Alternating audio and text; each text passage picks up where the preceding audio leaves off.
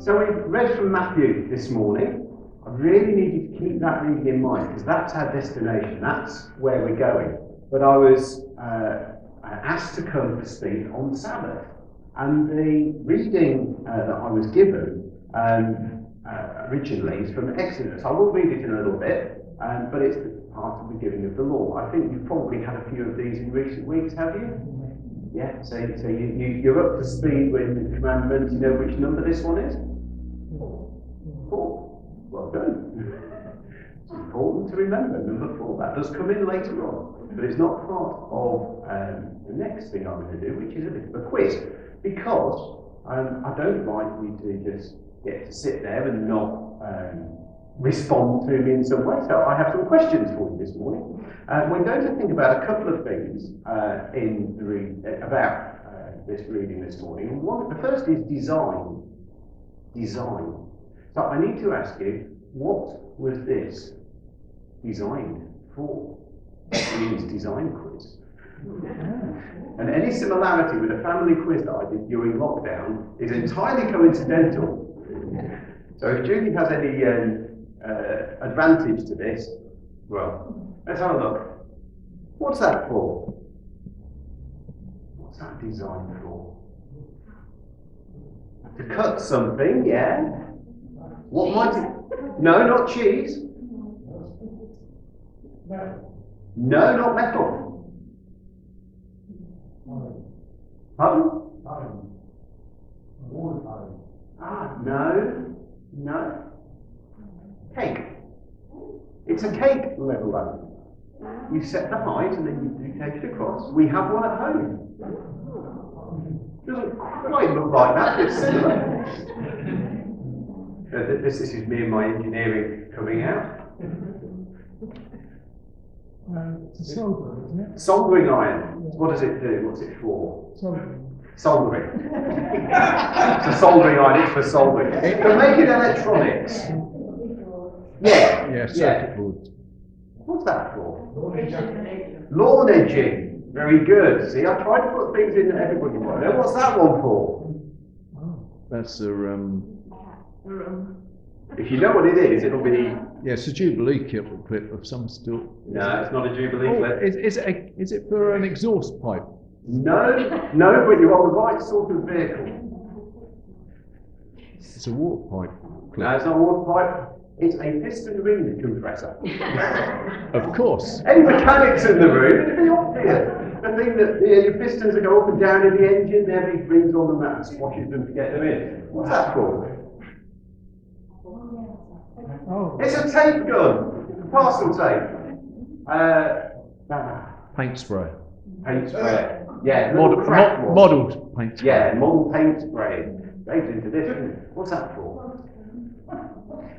Close. It's actually a rabbit's comb, but yeah, I'll give you dog's comb. You should have one of these. Thank you for that, Dave. I appreciate the invite to come and play. A metronome, it's for keeping time. And trying to keep drummers in time is notoriously impossible. Drummers do whatever they do and everybody else is expected to keep up. That's why they're just someone who hangs around with a bunch of musicians. That's my design for it. Things are designed for a purpose. Then you can use things in ways that they weren't intended to. So that lawn edger that we looked at, I'm sure you could use it for levelling a cake. It might not do a great job of it, but you could do it, couldn't you? I don't know, people are saying. You could use things as they weren't designed, but it's generally a good idea to follow the manufacturer's instructions. Generally a good idea to follow the manufacturer's instructions. I did once use a Stanley knife for cutting up fudge. Let's just say one of my fingers isn't quite the same shape as all the others. I won't tell you anymore. But, it's, we're supposed to do things in particular ways with the right tool, and we're designed to do things in that way. Right, has anyone been sitting down for too long? No. No, they all say, no, I'm staying right here. Because my second thing is about, it's about a race. Who talks about races in the Bible? Anyone give me a name of some famous New Testament writer? Paul wrote about races, didn't he? As an idea, you run the race, you put your eyes on the finish, you run till you reach the finish. So I wanted to have a race this morning. Now, reindeers don't just exist at Christmas, honest. And the fact that this one is called Dancer is entirely coincidental. But I just need someone to wind him up for me. Wind him up, have a race. I've also got Dasher, and I've got. You going to come and do one? I've got Comet and Donna. Any suggestion that it might be like a kebab is entirely coincidental. Have a reindeer. Anyone else want one?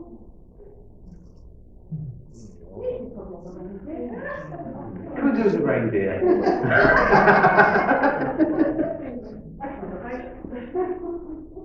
Right, I'll do one as well. Right, shall we see who can get to the back first? Well, I don't know. We'll have to see, won't we? They're designed for racing, so surely.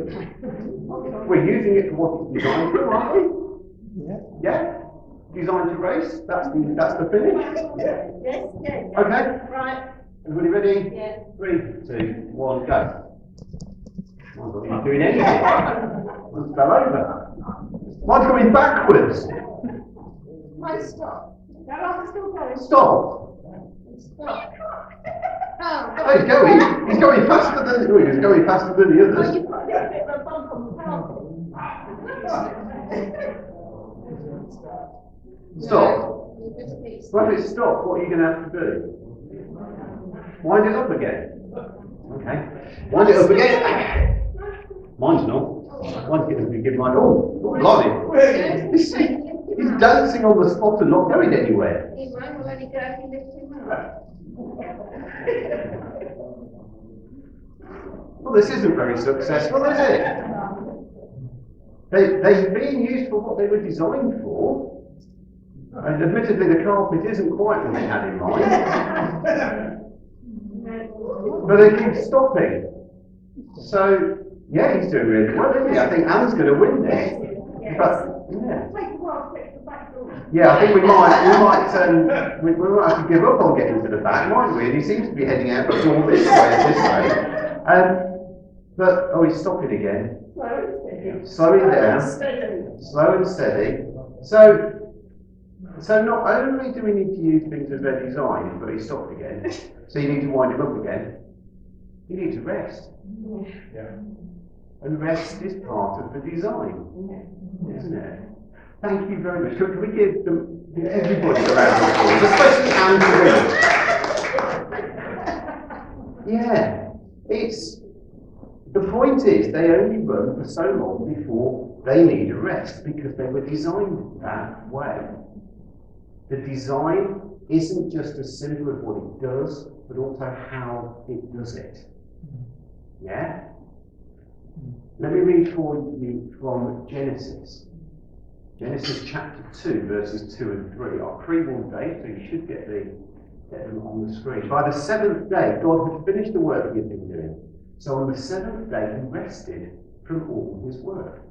Then God blessed the seventh day and made it holy, because on it he rested from all the work of creating that he had done. There's something really amazing in that. God, who created the entire universe, needed a rest. Did God need a rest? Actually, I don't think God really needed a rest. Because God is God. God is amazing. And we're made in God's image.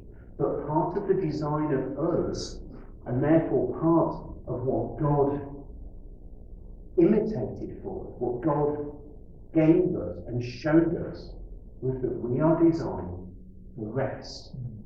We're designed in his image, and it's okay for him to rest. So it's okay for us to rest. So I said I'd read from Exodus. This is the giving of the fourth commandment. Remember the Sabbath day by keeping it holy. 6 days you shall labour and do all your work. But the 7th day is a Sabbath to the Lord your God. On it you shall not do any work, neither you, nor your son or daughter, nor your male or female servant, nor your animals, nor any foreigner residing in your towns. For in 6 days the Lord made the heavens and the earth, the sea, and all that is in them. But he rested on the 7th day. Therefore the Lord blessed the Sabbath day and made it holy. We start with the story of creation. And we learn something else. Not only is it important to rest, but here God says that day is set apart for me. It's set apart to be holy. It's set apart for God. Now these 10 commandments that you're working through, they form the basis of the entire Jewish law. They are foundational. They are the things that were written on the stone tablet, put in the Ark of the Covenant and carried before the people. This was the most important set of laws that God could ever gave. He gave lots of other laws as well. There's lots of cleanliness laws, different religious rites, all sorts of things like that. You can read about them. A huge amount of the law is largely about creating a healthy society and a safe society at a time when nothing was known about disease control, food hygiene, things like that. And yet if you read the laws and look at what they did and how they kept the people healthy and well, it's amazing. Brilliant. That's what God was doing. It was a law that set God's people apart. They were different from everyone else around them. So for a day of rest and a day of worship to be included in these 10, you think about that. That is pretty astonishing. It's number 4. It's early on in the set. It comes before murder, it comes before lying, it comes before adultery, it comes before coveting thy neighbour's ox or anything else. This is important stuff. And they kept it. They made absolutely sure that they followed this. Over time, the law was built on. So some of you may know there is an oral law as well as the written law. So the written law is what we read in the Bible. There's also an oral law, an oral tradition which is passed on from rabbi to rabbi down the ages and builds on the Torah, the law that's given in the Bible, 35 books of the Bible. It's a critical part of Jewish identity. What Sabbath meant was even critical right from the start, even in the wilderness. There's a rather scary story, which I'll read you from Numbers 15. It says, while the Israelites were in the wilderness, a man was found gathering wood on the Sabbath day. Those who found him gathering wood brought him to Moses and Aaron and the whole assembly, and they kept him in custody because it was not clear what should be done to him. And the Lord said to Moses, the man must die. The whole assembly must stone him outside the camp. So the assembly took him outside the camp and stoned him to death, as the Lord commanded Moses. This is serious. God really means this. So where have I got to? We're designed to rest. We're designed to worship God. And failure to do those things breaks something in our design, how we're set up to be. And things break when we don't follow the design. And God says it's really important to follow my design. So, what about Matthew 12 that we read? And what Jesus said about the Sabbath. The disciples are walking along. They're picking some ears of corn as they walk through a field. But it's a Sabbath day. I suppose the first thing I should point out is it's entirely legal, and in fact it's encouraged, at that time. If you're walking through a field and you're hungry, it's entirely normal for you to pick and eat. This is in Deuteronomy chapter 23. If you enter your neighbour's vineyard, you may eat all the grapes you want, but don't put any in your basket. If you enter your neighbour's cornfield, you may pick the ears with your hands, but you must not put a sickle to their standing corn. Okay, so this is lawful. This is written in. It's good law. Basically saying, take what you need in the moment. If you're hungry, you can eat. And God says, I'm building a community that supports each other. If you've got a field, and I'm in that field and I'm hungry, I can eat from it. But I mustn't take more than I want right now. I can't take it away and go and store it and use it tomorrow, but I can have it while I'm there. That's what the disciples are doing. They're hungry. They're allowed to pick as they travel through the field, but it's a Sabbath. So Jesus starts to correct these people who are coming and saying they're doing what is unlawful on the Sabbath. Because it said in the law that you can't harvest on the Sabbath.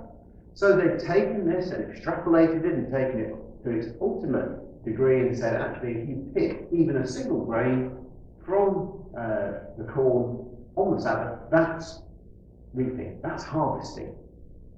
Is it? Is that what God meant when God said don't work on the Sabbath?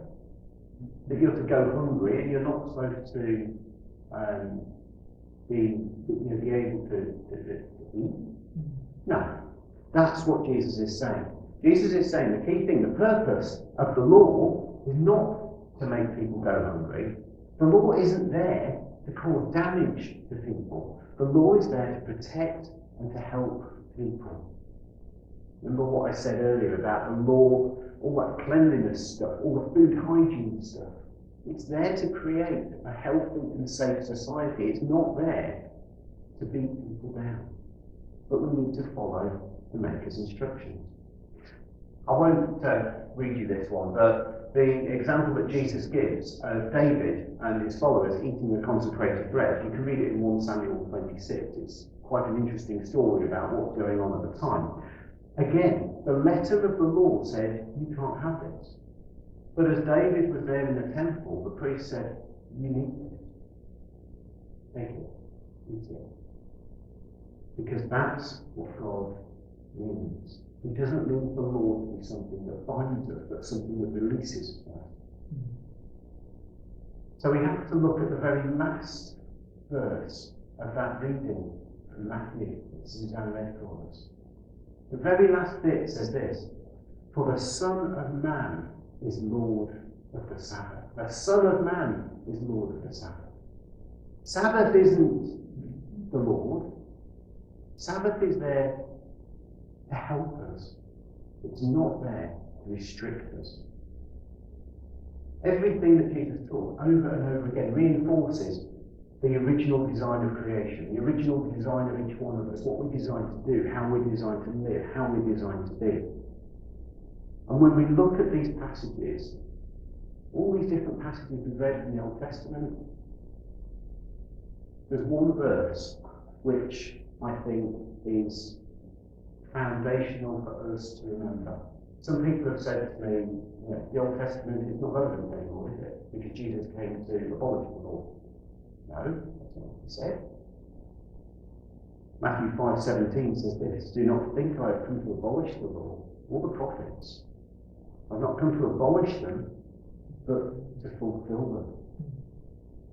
We have to understand the Old Testament law to understand what Jesus is fulfilling. So Sabbath, whilst it's not something we often think about, is something we're designed to do. How do you feel if you've not had a rest for a while? If you've had to, some of us in jobs where you sometimes have to work and work and work, and sometimes you don't get a break.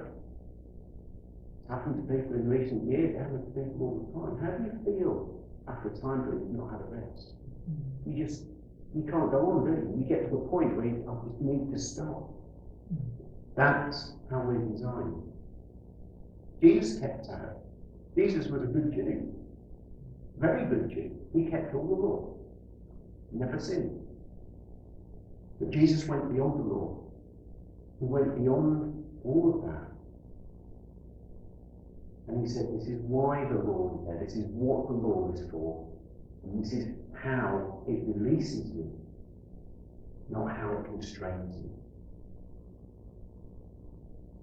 So Sabbath is good. Sabbath means take time to rest. Sabbath means take time to worship God.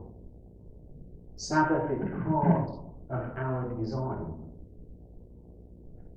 Sabbath should be a part of our lives in some form. But we're not called to implement it in a legalistic way. We've been given the maker's instructions in the Bible. This is how you care for the product. You get that, don't you, when you buy something? Care of your product is one of the first things on there. That's what God says. This is how you care for yourself. It's so important. It comes before murder, it comes before theft, it comes before adultery, it comes before lies. Really important. God says, rest regularly, worship Him without distraction regularly. When we do that, we remain connected to Him. And we remain connected to each other. It's not about isolating yourself from everyone. Do it together as well. And if you do that, then you operate in the way that God always intended us to operate. In the image of the God who created the entire universe, and on the seventh day, He rested. Amen.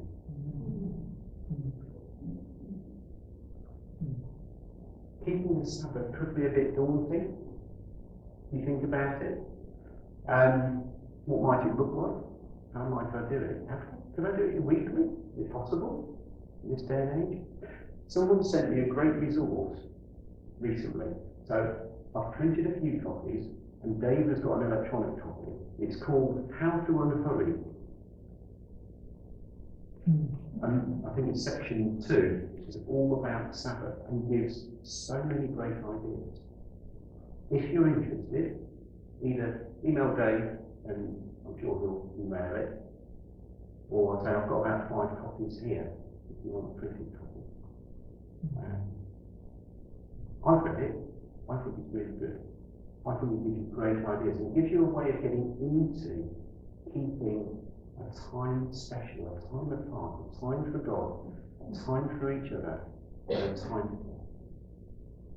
So, we'll